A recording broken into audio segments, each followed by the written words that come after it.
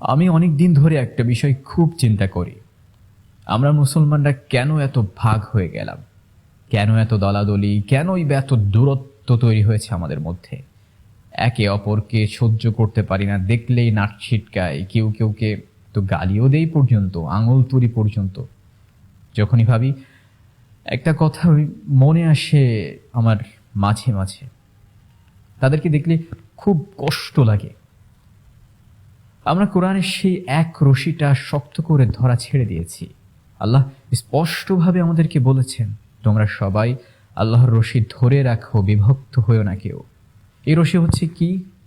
কোরআন। কোরআন থেকে দূরে সরে গেলে হৃদয়ের ভেতরে অন্ধকার তৈরি হয়। বিভেদ, রাগ, অহংকার এসব জিনিস তখন সহজেই ঢুকে পড়ে মানুষের মাঝে। বিভেদ, অন্ধকার, রাগ, অহংকার, যত ধরনের খারাপিয়ত আছে সকল কিছু তখনই ঢুকে পড়ে।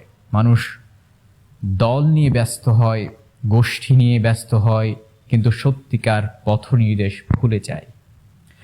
আমি নিজে লক্ষ্য করেছি, যেখানে কোরআনের শিক্ষা নেই, যেখানে কোরআনের আলো নেই, যেখানে কোরআনের আইনের কোনো কথা নেই, সেখানে ভাই ভাইকে আর মনে হয় না।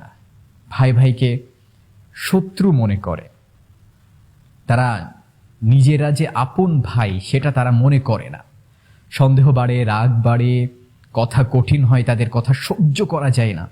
আর যেখানে কোরআন আছে সেখানে মন নরম হয়, সবাই সবাইকে ভালোবাসতে শিখে, একে অপরকে মহব্বত করে, ভালোবাসে, সম্পর্ক মজবুত হয়, আর মানুষ এক দিশায় হাঁটে।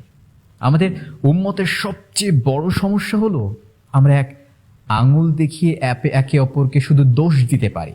আমরা শুধু আঙুল দেখাতে পারি, ও এটা করেছে, ও এটা করেছে, ও এটা করেছে, এইভাবে আঙুল দেখাতে পারি, শুধু আঙুল তুলতে পারি। কিন্তু কোরআনের দিকে আঙুল তুলতে আমরা ভুলে যাই। কোরআন যে আমাদেরকে ডাকছে, কোরআনের দিকে যেতে আমরা ভুলে যাই। আল্লাহর রশি ধরলে দলাদলি নিজে থেকেই কমে যায়। যদি আপনি আল্লাহর রশি ধরতে পারেন, দলাদলি আপনার নিজে থেকেই কমে যাবে। সেই সময় দলাদলির দিকে আপনি হাঁটবেন না। কারণ কোরআনের আলো মানুষকে এক করে। কোরআন মানুষের মধ্যে দয়া আনে, ক্ষমা আনে, বিনয় আনে। এই জন্যই আমি মনে করি উম্মতের উন্নতির প্রথম পদক্ষেপ হলো নিজেদের আবার কোরআনের ছায়ায় ফিরিয়ে আনা।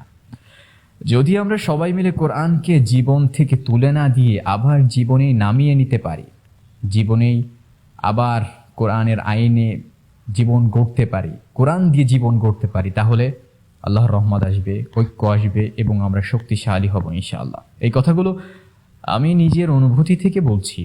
যে কেউ চাইলে নিজের জীবনে একটু সময় নিয়ে ভাবতে পারেন, আমরা কি সত্যি সেই এক রশিটা ধরে আছি, নাকি অনেক দলে বিভক্ত হয়ে গেছি? কেউ তো নেতার পেছনে ছুটতেই আছে, কেউ হুজুরের পেছনে ছুটতেই আছে, হুজুর যেটা বলবে সেটাই সঠিক, নেতা যেটা বলবে সেটাই সঠিক, ছুটতেই আছে একজন আরেকজনের পেছনে।